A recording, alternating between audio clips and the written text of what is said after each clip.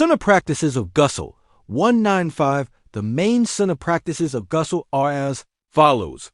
1. Begin by intending to perform ghusl, reciting Bismillah, and using miswak.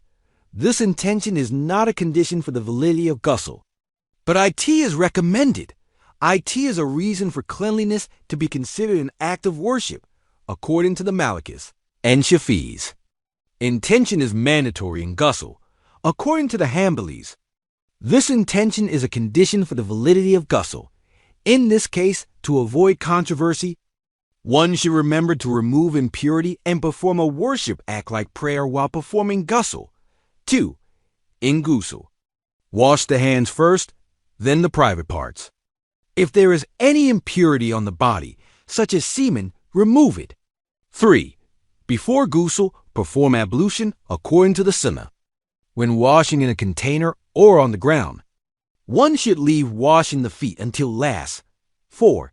After performing abdest, pour water 3 times on the head, then 3 times on the right shoulder, then 3 times on the left shoulder.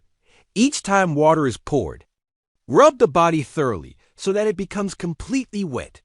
If washing in a container or on the ground, wash the right foot first, then the left foot when getting out.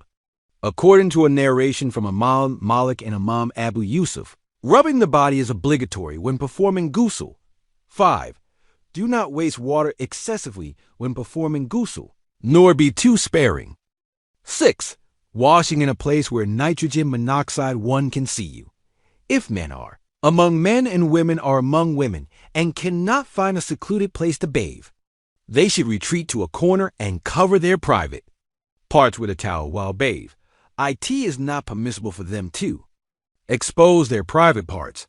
IT is not permissible for men or women among men to bathe among them. In this situation, IT is appropriate for them to perform TEYEMMUM and pray, because IT means that water is not available. Again, if both men and women cannot find a towel or similar covering to wash among their own gender and are therefore forced to expose their private parts, they postpone the ghusl and perform their prayers with TEYEMMUM.